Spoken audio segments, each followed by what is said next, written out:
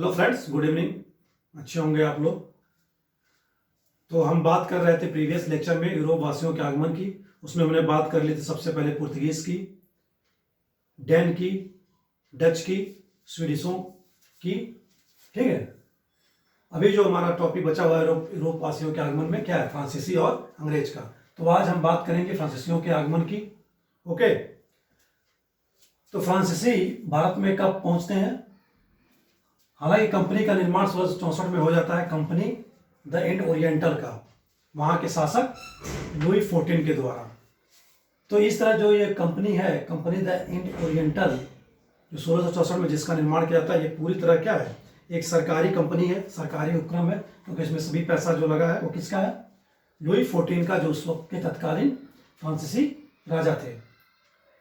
लेकिन 1664 में कंपनी का गठन होने के बाद ये भारत में पहुंचते हैं कब, 1668 में। ठीक है, तो भारत में पहली कोठी 1668 में सूरत में, अपनी व्यापारिक कोठी 1668 में सूरत में स्थापित करते हैं, फ्रैंक कैरो द्वारा स्थापित की जाती है।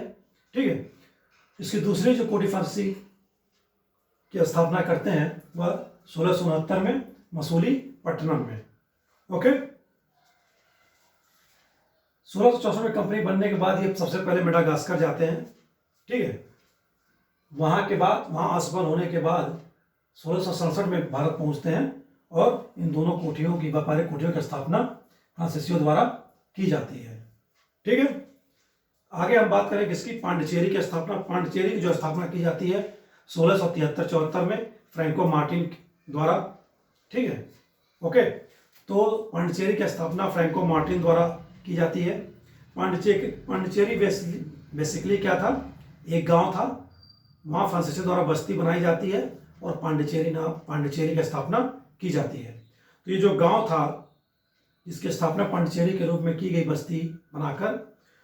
तब उस समय के तत्कालीन जो वहाँ का सूबेदार था, शेर खान लोधी, ठीक है, उसके द्वारा यह गांव किसको दिया जाता है, फ्रांसीसियों यानी फ्रैंको मार्टिन को। ओके, लेकिन 1773-74 में पांडिचेरी की स्थापना के बाद 1693 में, 1673-74 में पांडिचेरी की स्थापना के बाद 1693 आते आते क्या होता है कि पांडिचेरी को छीन लिया जाता है। कौन छीनता है, डच। किसकी मदद से छीनते हैं, अंग्रेजों की मदद से। ठीक है, तो फ्रांसीसियों और डचों के बीच युद्ध होता है और डचों की मदद अंग्रेज करते हैं, और इस अंग्रेजों की सहायता से डच क्या करते हैं, पांडिचेरी को छीन लेते हैं फ्रांसीसियों से। ओके, लेकिन 1697 में डचों और फ्रांसीसियों के मध्य एक संधि होती है, जिसके थ्रू क्या है, पांडिचेरी इनको पुनः वापस मिल जाता है। और 1701 में क्या होता है, पांडिचेरी को मुख्यालय बना दिया जाता है, फ्रांसीसियों का मुख्यालय 1701 में। 1701 में पांडिचेरी क्या होती है, मुख्यालय हो जाती है फ्रांसीसियों की। ओके, ठीक है। नेक्स्ट जो हम बात करेंगे, चंद्रनगर की कोठी, फ्रांसीसियों की चंद्रनगर की कोठी की स्थापना की जाती है 1690-92 में। और यह जो क्षेत्र प्राप्त होता है इनको, जो बंगाल का सूबेदार रहता है उस समय का, शाइस्ता खां, उसके द्वारा यह क्षेत्र दिया जाता है। वहाँ पर चंद्रनगर की कोठी की स्थापना की जाती है 1690 में। शाइस्ता खां के बारे में जाने तो, शाइस्ता खां कौन था, औरंगजेब का मामा, क्योंकि बंगाल बहुत बड़ा सूबेदार था, सूबा था, यानी प्रांत था। तो जो बड़े बड़े प्रांत थे, जो औरंगजेब के समय 20-21, मेनली जो उनका गवर्नर बनाया जाता था, सूबेदार बनाया जाता था, वो राज परिवार से ही होते थे।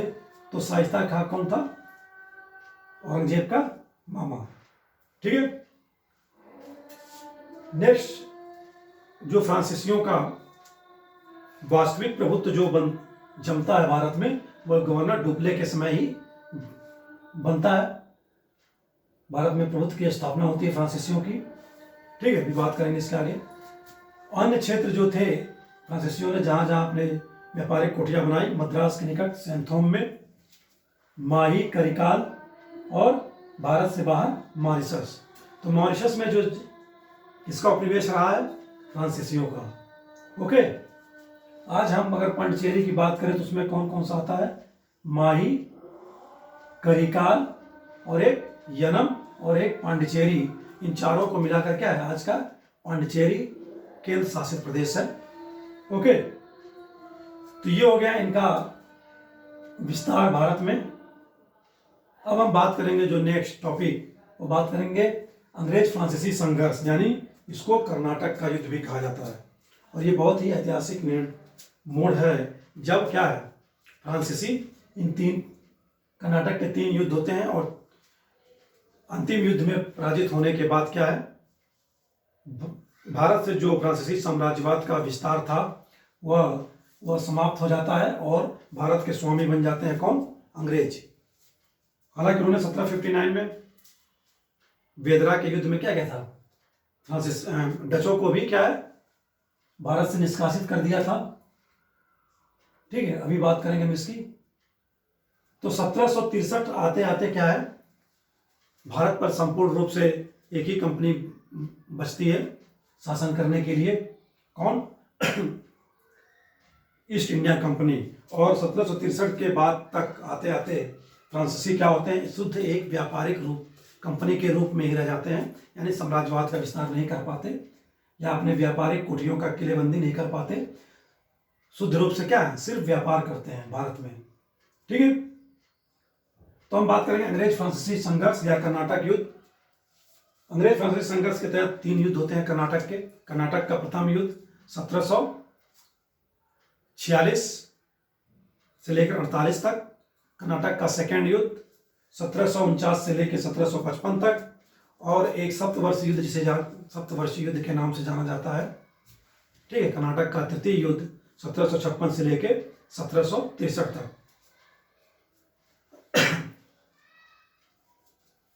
जो ये सारे युद्ध हैं कर्नाटक के प्रथम, द्वितीय, तृतीय, ये मात्र और मात्र क्या है ऑस्ट्रिया के उत्तराधिकार का क्या है विस्तार मात्र थे। यानी यूरोप में अगर फ्रांसीसी और ब्रिटिशर्स के बीच युद्ध हो रहा है वहाँ उत्तराधिकार को लेकर, और अमेरिका में उपनिवेश के झगड़े को लेकर अगर यूरोप में युद्ध हो रहा है तो उसका प्रभाव क्या है भारत में भी दिखाई पड़ता है। यानी यहाँ भी दोनों गुट क्या है आपस में बिना गृह सरकारों की अपने होम गवर्नमेंट की इच्छा के अनुसार ही क्या है आपस में लड़ने भिड़ने लगते थे। जो जो युद्ध यूरोप में होता था वैसे वैसे युद्ध क्या है भारत में भी इन दोनों गुटों के बीच होने शुरुआत हो जाती थी। तो हम सबसे पहले बात करेंगे किसकी? कर्नाटक का प्रथम युद्ध 1746 से लेकर 48 तक। तो इसकी शुरुआत ऑस्ट्रिया के उत्तराधिकार युद्ध से शुरू होती है 1740 में।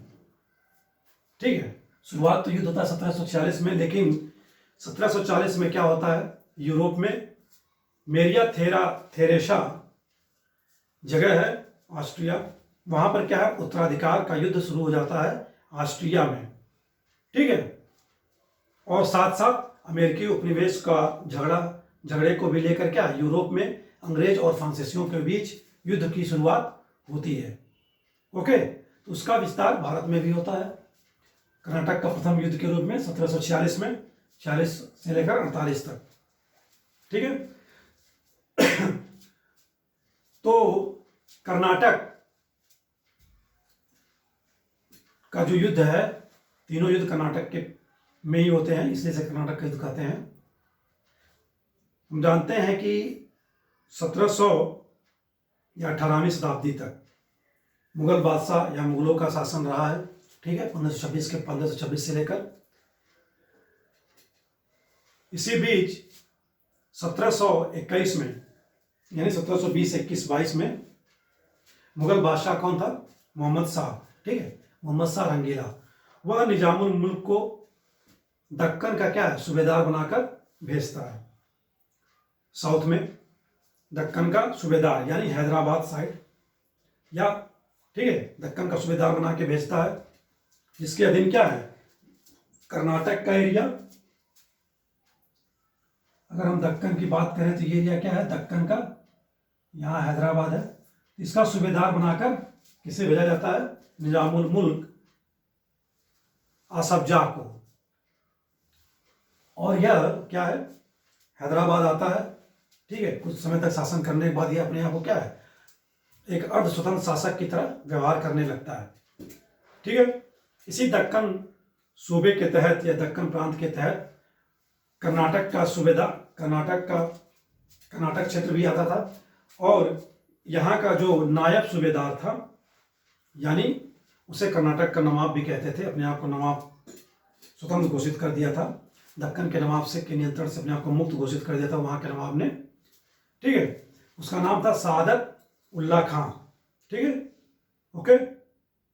तो कर्नाटक का नायब सूबेदार जो अपने आप को दक्कन के नवाब यानी निजामुल मुल्क से नियंत्रण से मुक्त करके अपने आप को नवाब घोषित कर चुका था, उसने क्या किया, 1741 में या 1740 के करीब उसने अपने भतीजे दोस्त अली को, उसका भतीजा था दोस्त अली, उसके उत्तराधिकारी घोषित कर दिया। यानी उसने अब कर्नाटक का जो नवाब था उसके पद को उसने क्या किया, मनसानुगत बनाने का प्रयास किया, वो भी निजाम के मंजूरी के बिना, ठीक है।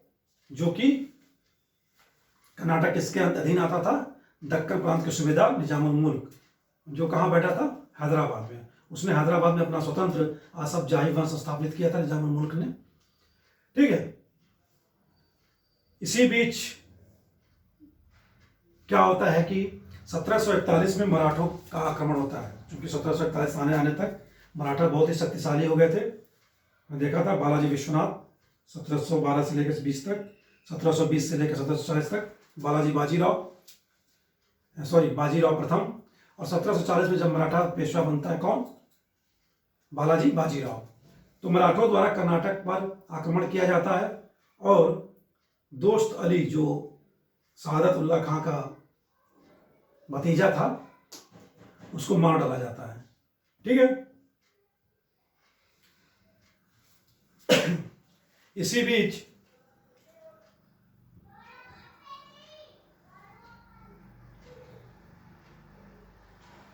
चंदा साहब यानी दोस्त अली का जो दामाद रहता है, दोस्त अली का दामाद चंदा साहब क्या है, मराठों द्वारा बंदी बना लिया जाता है, ओके। तो इस तरह क्या होता है कि कर्नाटक में शासक का यानी कर्नाटक में नवाब का पद खाली हो जाता है।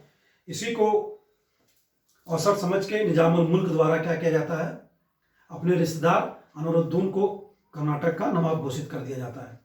तो पूरी प्रक्रिया या हिस्ट्री हम समझें या कहानी को ज़्यादा हम लंबा नहीं लेंगे, शॉर्ट करेंगे। तो ये पूरा जो युद्ध है अभी क्या है, एक तो यूरोप में उत्तराधिकार युद्ध के कारण भारत में फैल रहा है, और दूसरा कर्नाटक में भी क्या है, उत्तराधिकार के लिए क्या है, युद्ध फैल रहे हैं। और दोनों गुटों यानी फ्रांसीसी और अंग्रेजों द्वारा क्या है, बारी बारी एक एक पक्ष का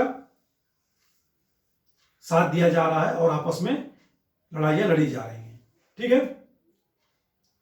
तो इस तरह कर्नाटक का युद्ध में क्या है, प्रथम युद्ध शुरू होता है नवाब अनिरुद्दीन, ठीक है, और वर्सेस फ्रांसीसी सेना के बीच।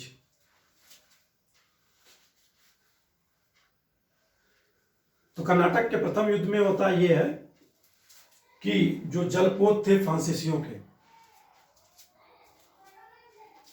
अंग्रेज अधिकारी बार्नेट द्वारा क्या अंग्रेजों का जलपोत पकड़ लिया जाता है। इस समय गवर्नर जनरल है डुप्ले भारत में फ्रांसीसियों के। बार्नेट द्वारा फ्रांसीसियों के जलपोत यानी कि जो नाव है नौसेना का, उसको पकड़ लिया जाता है।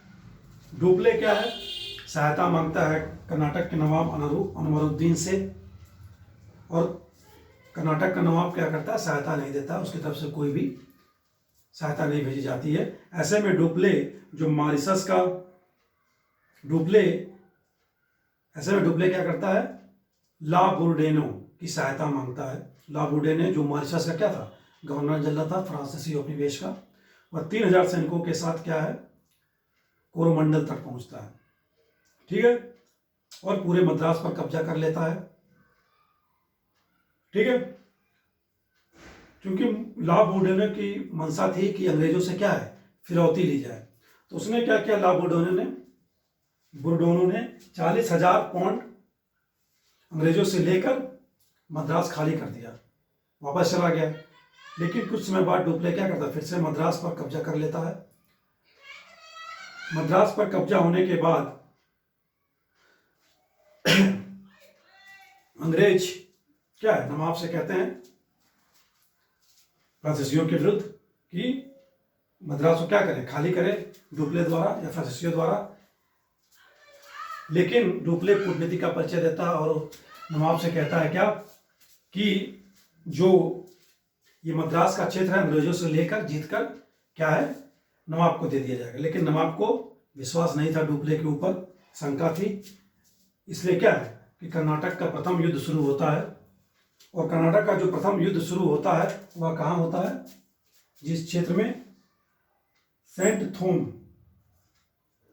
जो मद्रास के निकट था, इसे सेंट थोम जगह पर होता है, यानी कि इसको नाम सेंट थोम का युद्ध। ठीक है, तो सेंट थोम का जो युद्ध है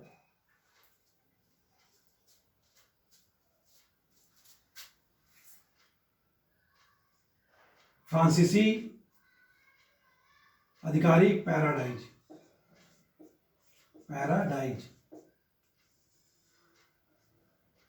वर्सेस कर्नाटक नवाब के मध्य होता है। तो नवाब की तरफ से महफूज कहाँ लड़ता है, क्योंकि यहाँ पर देखने वाली बात यह है कि पैराडाइज जो युद्ध लड़ता है उसमें 230 फ्रांसीसी सैनिक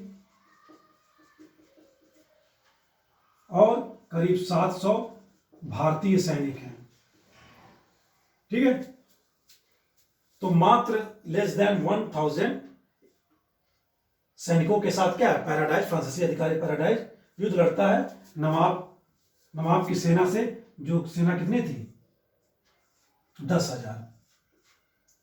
इतनी बड़ी सेना से क्या है 1,000 से कम सैनिकों के साथ पैराडाइज युद्ध करता है और पैराडाइज यानी फ्रांसीसी क्या है विजयी भी हो जाते हैं। ओके, तो इनकी विजयी होने का कारण क्या है, अनुशासित फौज। ओके, तोपखाना, तोपों से क्या है युद्ध होता है, और यूरोपीय जो अनुशासित फौज है वो उसका भी हमें यहाँ परिणाम दिखाई देता है। ठीक है, इस तरह फ्रांसीसी क्या है सेंट थोम का युद्ध जीत जाते हैं। सेंट थोमो का युद्ध फ्रांसीसियों द्वारा जीता जाता है। ओके, जीतने के बाद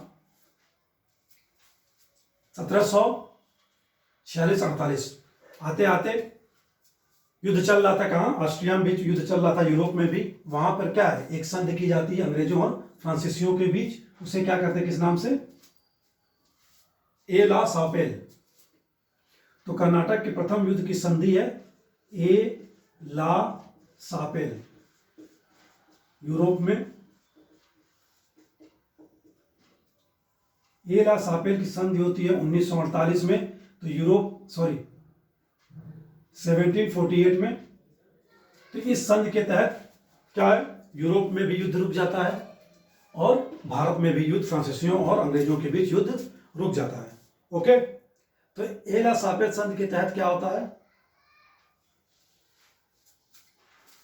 युद्ध हो रहा है भारत में, लेकिन संधि हो रही है कहाँ, यूरोप में। और इसके निर्णय भी कहाँ तय किए जा रहे हैं, यूरोप में। तो इस संधि के थ्रू मद्रास प्राप्त होता है अंग्रेजों को।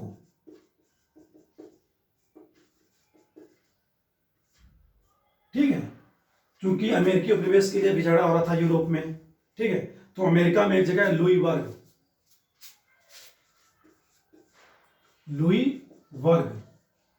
तो लुई वर्ग जगह प्राप्त होती है फ्रांसीसी को, यानी फ्रांसीसियों को।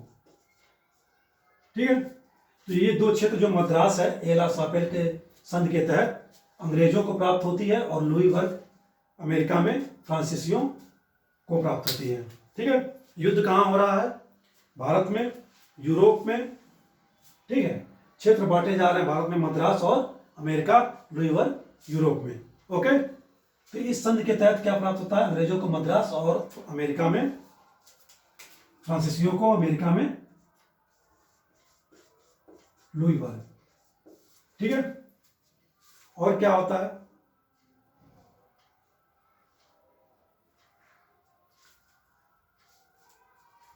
और कुछ नहीं होता है।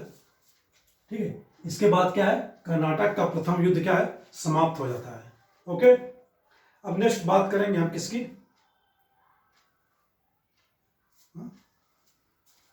कर्नाटक का प्रथम युद्ध हो गया, नेक्स्ट बात करेंगे कर्नाटक का सेकेंड युद्ध।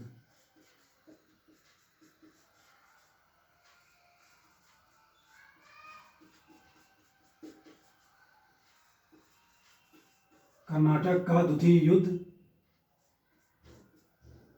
1749 से लेकर 55 तक।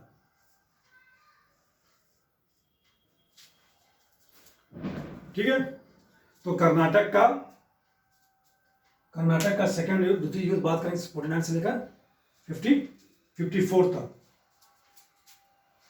55 में तो संधि होती है, 54 तक। ठीक है, कर्नाटक का जो सेकंड युद्ध शुरू होता है 1749 से 54 तक, क्योंकि 1748 आते आते क्या होता है, निजाम की मृत्यु हो जाती है। कर्नाटक का सेकंड युद्ध भी क्या रिलेटेड है, मैक्सिमम उत्तराधिकार से रिलेटेड है। यहाँ भी निजाम की मृत्यु होती है 1748 में, हैदराबाद में निजाम का पद खाली हो जाता है, यहाँ भी उत्तराधिकार की लड़ाई होती है। ओके, निजाम का पुत्र नासिर जंग क्या है, हैदराबाद में निजाम बनता है। इसी बीच क्या होता है, जो हमने देखा कर्नाटक के प्रथम युद्ध से पहले चंदा साहब को अपने कब्जे में ले लिया गया था मराठों द्वारा, दोस्त अली का दामाद था। ठीक है, चंदा साहब को मराठों द्वारा क्या किया जाता है, रिलीज कर दिया जाता है, छोड़ दिया जाता है। ठीक है, जैसा हम देखेंगे मध्यकालीन इतिहास में 1700 के बाद बहादुर शाह द्वारा क्या है, साहू को रिलीज कर दिया जाता है मुगलों की कैद से, क्या मराठों के बीच फूट डालने के लिए। उसी तरह क्या है, मराठों द्वारा 1748-49 में आते आते क्या है, चंदा साहब को भी क्या है, रिलीज कर दिया जाता है। और चंदा साहब क्या करते हैं, दावा करते हैं निजाम पद का। ओके, नहीं, चंदा साहब निजाम पद का दावा नहीं करते, वो कर्नाटक नवाब के पद के दावा करते हैं। ओके, तो निजाम पद पर निजाम मुल्क का मृत्यु होने के बाद निजाम बनता है उसका पुत्र नासिर जंग। ठीक है, मराठों द्वारा चंदा साहब को रिलीज कर दिया जाता है। इसी बीच निजाम उल मुल्क का जो भतीजा था, भांजा था मुजफ्फर जंग, उसके द्वारा नासिर जंग के नवाब बनने को क्या है, चुनौती दी जाती है। ठीक है, और दूसरी ओर ये थी बात थी हैदराबाद की। दूसरी ओर कर्नाटक में क्या होता है, कर्नाटक में अनवरुद्दीन और उसका जो बहनोई है चंदा साहब, कर्नाटक का जो नवाब था उसी का बहनोई है चंदा साहब के बीच क्या विवाद शुरू हो जाता है कर्नाटक में नवाब पद के लिए लेकर। ऐसे में डुप्ले द्वारा क्या किया जाता है, मुजफ्फर जंग को हैदराबाद का नवाब बनाने के लिए सहायता देने का वचन दे दिया जाता है। ठीक है, मुजफ्फर जंग कौन था, भांजा था निजामुल मुल्क का। तो डुप्ले द्वारा मुजफ्फर जंग का पक्ष लिया जाता है। ओके, और फिर शुरू होता है क्या, हम युद्ध। और अंग्रेजों ने किसका पक्ष लिया, नासिर जंग का, जो निजाम का पुत्र था। तो नासिर जंग की तरफ से अंग्रेज और मुजफ्फर जंग की तरफ से फ्रांसीसी। और अब युद्ध शुरू होता है। ठीक है, अंबूर का युद्ध, जगह का नाम है अंबूर। ओके,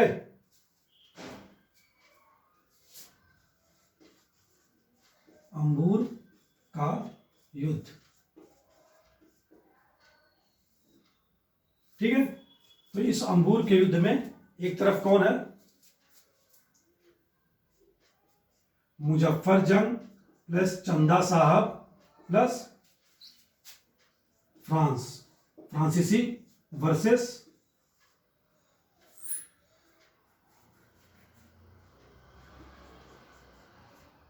नासिर जंग प्लस अंग्रेज, ठीक है, नासिर जंग प्लस अंग्रेज, ठीक है। तो नासिर जंग नहीं, हम बात कर रहे हैं कर्नाटक के युद्ध का ना, यहाँ कर्नाटक, यहाँ अनवरुद्दीन है, कर्नाटक अनवरुद्दीन के बीच क्या है, युद्ध होता है। और क्या है, ये गुट जो है मुजफ्फर जंग, चंदा साहब और फ्रांसीसी वाला दोस्त मोहम्मद या दोस्त अली एक साइड है, ठीक है, ओके। तो ये पक्ष जीत जाता है और यहाँ का जो कर्नाटक का नवाब रहता है वो भाग कर कहाँ जाता है, अर्काट। अब इस अर्काट के मुद्दे पर ये क्या है, एक ईस्ट इंडिया कंपनी के क्लर्क की एंट्री होती है, जिसको हम लोग अच्छे से जानते हैं। वो आगे चलकर क्या है, क्लर्क पद से लेकर 2 बार गवर्नर जनरल बनता है ब्रिटिश इंडिया का। वो कौन था, क्लाइव। अर्काट में चंदा साहब द्वारा नहीं, यहाँ का नवाब जो था वो भाग कर कहा जाता है, कर्नाटक का नवाब अर्काट में, और अर्काट में उसे कैद कर लिया जाता है कर्नाटक नवाब के द्वारा, ठीक है। अर्काट का घेरा डालने के बाद क्या होता है, इधर अंग्रेज चिंतित होते हैं। अंग्रेजों ने क्या किया, क्लाइव ने सुझाव दिया क्या, कि अगर हम त्रिचनापल्ली पर क्या करें, आक्रमण करें, जो क्या था, कर्नाटक का नवाब वहाँ महल था, अगर हम वहाँ आक्रमण करते हैं त्रिचनापल्ली पर, तो कर्नाटक नवाब क्या है, अर्काट से अपना घेरा हटा लेगा और हम इस तरह चंदा साहब का क्या है, मदद कर पाएंगे, ठीक है। तो क्लाइव के सुझाव द्वारा क्या त्रिचनापल्ली पर आक्रमण किया जाता है अंग्रेजों द्वारा, और नवाब क्या है, त्रिचनापल्ली की तरफ जाता है, जहां उसके युद्ध में मृत्यु हो जाती है।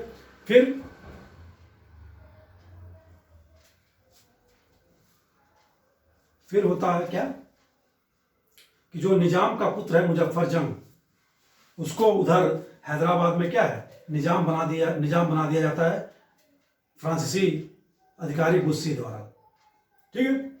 तो बुस्सी द्वारा निजाम बना दिया जाता है मुजफ्फर जंग को, ओके। अब हम बात करेंगे किसकी, कि इसमें जो ये जो उत्तराधिकार का युद्ध चल रहा है, इसमें 1755 में संधि होती है दोनों गुटों के बीच, ठीक है। 1755 में संधि जब होती है, किस संधि के नाम से जानते हैं, पांडिचेरी की संधि।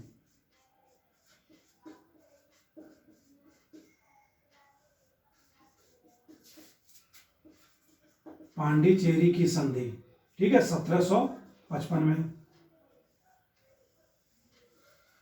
युद्ध की समाप्ति होती है, ओके।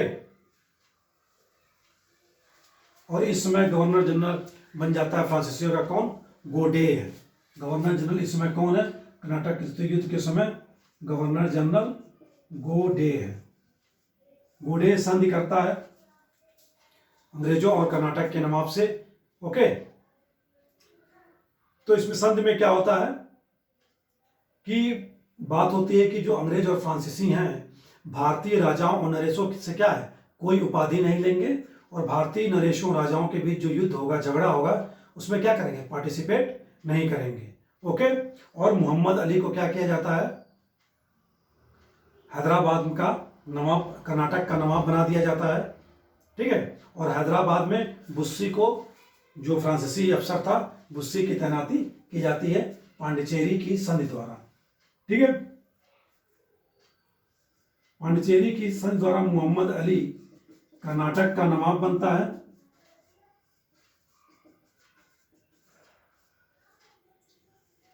नवाब, और बुस्सी जो फ्रांसीसी अधिकारी है, उसकी तैनाती होती है कहाँ, हैदराबाद, ठीक है। और अंग्रेजों और फ्रांसीसी द्वारा क्या किया जाता है, भारतीय नरेशों के झगड़ों और जो उपाधियां हैं उनको त्याग दिया जाता है, हम झगड़ों में पार्टिसिपेट नहीं करेंगे, और क्या है, उनसे उपाधियां कोई नहीं लेंगे। तो इस तरह कर्नाटक का जो द्वितीय युद्ध है वह समाप्त हो जाता है पांडिचेरी की संधि के तहत। ठीक है, और एक कर्नाटक का प्रथम संधि कौन थी? एला सापेल। फिर बात करेंगे हम कर्नाटक का तृतीय युद्ध।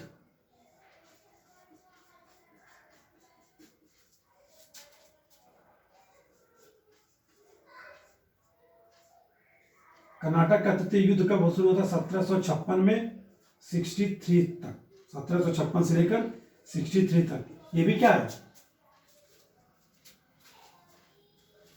ऑस्ट्रिया के उत्तराधिकार से रिलेटेड है। 1756 में ऑस्ट्रिया में युद्ध शुरू होता है। भारत में भी क्या है? युद्ध शुरू हो जाता है।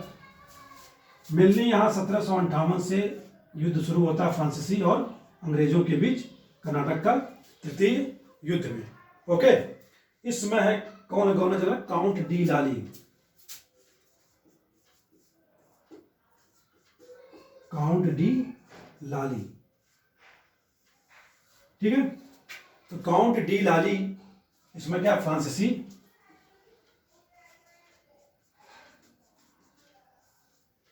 गवर्नर जनरल है कर्नाटक युद्ध के 1756 से लेकर 63 तक। ठीक है, तो थर्ड युद्ध जो होता है 1757 में, क्या किया जाता है कि अंग्रेजों द्वारा जो फ्रांसीसी उपनिवेश थे, जैसे बालासोर में, कासिम बाजार कलकत्ता में, पटना में, ठीक है, फ्रांसीसियों की फैक्ट्रियों पर कब्जा कर लिया जाता है। फिर युद्ध शुरू होता है। ठीक है, इसी बीच क्या होता है? वांडीवास का युद्ध होता है। वांडियावास,